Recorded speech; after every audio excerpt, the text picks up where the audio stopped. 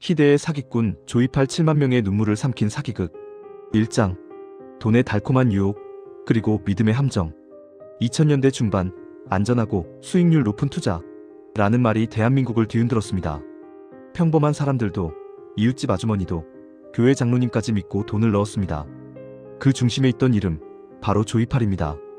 그는 의료기기 투자 사업을 내세워 사람들을 끌어모았습니다. 한 달에 3%씩 이자 나옵니다. 몇 년이면 원금의 2배. 이런 달콤한 말을 퍼뜨렸죠.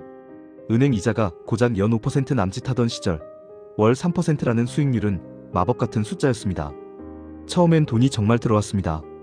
투자자들은 약속한 날짜에 정확히 이자를 받았습니다. 그래서 사람들은 이거 진짜 되는 거야 하며 주변 사람들에게까지 권했습니다. 가족, 친구, 교회 교우, 동창생까지.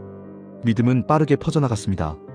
하지만 그건 신규 투자자의 돈으로 이전 투자자에게 이자를 주는 폰지 사기였던 겁니다. 눈덩이처럼 불어난 투자금은 어느새 5조 원을 넘어섰습니다. 피해자는 무려 7만 명. 한국 역사상 최대 규모의 다단계 투자 사기였습니다. 조이팔의 회사 이름은 유니베라, 제이유그룹 등 여러 이름으로 바뀌었지만 본질은 똑같았습니다.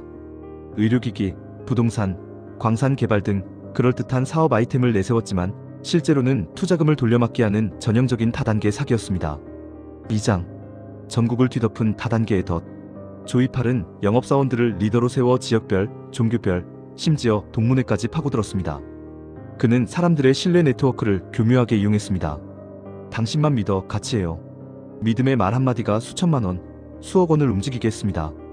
특히 교회 공동체가 집중적으로 타겟이 되었습니다.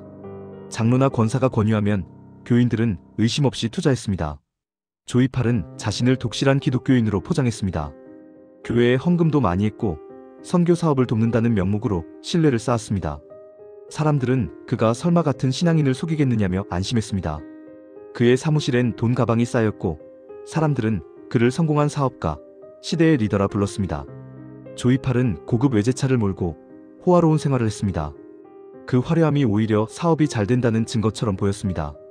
하지만 그 돈은 피해자들의 노후자금, 전세보증금, 퇴직금이었습니다. 어떤 이는 집을 팔아 투자했고 어떤 이는 은행 대출을 받아 투자했습니다.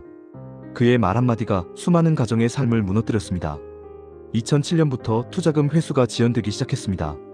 조이팔은 일시적인 자금 문제라며 시간을 벌었습니다. 하지만 그것은 사기극이 막바지에 이르렀다는 신호였습니다. 3장 사라진 조이팔 그리고 남겨진 눈물. 2008년 1월 사기 행각이 들통나자 조이팔은 중국으로 도망쳤습니다. 검찰이 수사에 착수했을 때 그는 이미 국경을 넘은 뒤였습니다. 해외로 나갔다더라. 죽었다더라. 아직 살아있다더라. 수많은 소문만 남았습니다. 검찰은 국제공조 수사를 벌였지만 조이팔의 행방은 묘연했습니다. 2011년 중국 칭다오에서 조이팔으로 추정되는 시신이 발견되었다는 보도가 나왔습니다. 하지만 DNA 감식 결과는 불분명했고 일부에서는 조작된 죽음이라는 의혹을 제기했습니다. 그의 범죄 수익은 가족과 측근들에게 흘러들어갔고 피해자들이 돌려받은 돈은 평균 136만 원, 5천만 원을 투자한 사람이 겨우 136만 원을 받은 것입니다. 누군가는 모든 걸 잃고 누군가는 극단적인 선택을 했습니다. 피해자들은 지금도 고통 속에 살고 있습니다. 노후 자금을 날린 노인들, 빚더미에 앉은 가장들, 신뢰를 잃은 가족들. 조이팔의 사기는 단순히 돈만 빼앗은 게 아니라 사람들의 삶과 신뢰를 파괴했습니다. 그런데도 조이팔의 정확한 사망 여부는 끝내 밝혀지지 않았습니다. 일각에서는 여전히 그는 살아있다는 증언도 나왔죠. 그만큼 이 사건은 미궁처럼 복잡하고 상처는 아직도 현재 진행형입니다. 4장 남은 자들의 교훈. 다시는 속지 않겠습니다. 조이팔 사건은 한국 역사상 최대 규모의 다단계 투자 사기로 기록됐습니다. 국민의 신뢰를 이용한 희대의 범죄였죠. 하지만 이 비극에서 우리가 배워야 할 것은 단 하나, 믿음보다 확인이 먼저라는 것입니다. 아무리 가까운 사람이 권유해도 투자는 반드시 확인하고 검증해야 합니다.